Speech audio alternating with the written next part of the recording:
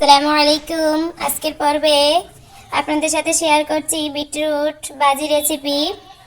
তো দেখুন, এখানে আমি বাজি করার জন্য সয়াবিন তেল দিয়ে দিয়েছি। তেলটা গরম হয়ে আসলে আমি এতে অ্যাড করছি পেঁয়াজ কুচি, রসুন কুচি, কাঁচামরিচ কুচি। কিছুক্ষণ নেড়েছে অ্যাড করে দিচ্ছি লবণ।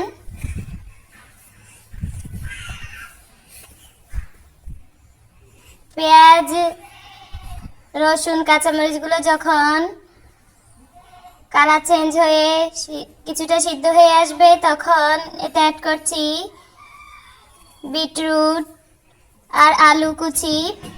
আমি এগুলোকে আগে কুচি করে নিয়েছি। তো নেড়ে ছেড়ে এগুলোকে ভেজে নিচ্ছি। এই বিটরুট খুবই স্বাস্থ্যকর, যাদের বিশেষ করে যাদের রক্তশূন্যতা তাদের জন্য। এখন আমি এতে অ্যাড করে দিয়েছি গরম মশলা বাটা, হালকা জিরার গুঁড়ো। এই যে দেখুন, বিটরুটগুলো যখন হাফ সিদ্ধ হয়ে আসবে তখন আমি হালকা পানি দিয়ে দিয়েছি। এতে করে বিটরুটের যে গন্ধ, হালকা গন্ধ আছে সেটা থাকবে না। তো আমি নেড়েছে ভেজে নিচ্ছি। এখন আমি এতে অ্যাড করছি ধনিয়া পাতা কুচি।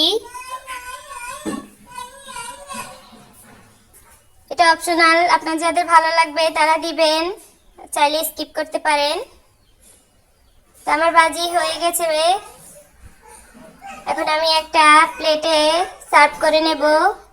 তো ভিউয়ার্স, আমার ভিডিওটি যদি আপনাদের ভালো লেগে থাকে তাহলে অবশ্যই একটা লাইক করে দিবেন আর চ্যানেলটি সাবস্ক্রাইব করবেন, পাশে থাকা বেল আইকনটি ক্লিক করে দিবেন। আজ এ পর্যন্তই। সবাই ভালো থাকুন, সুস্থ থাকুন।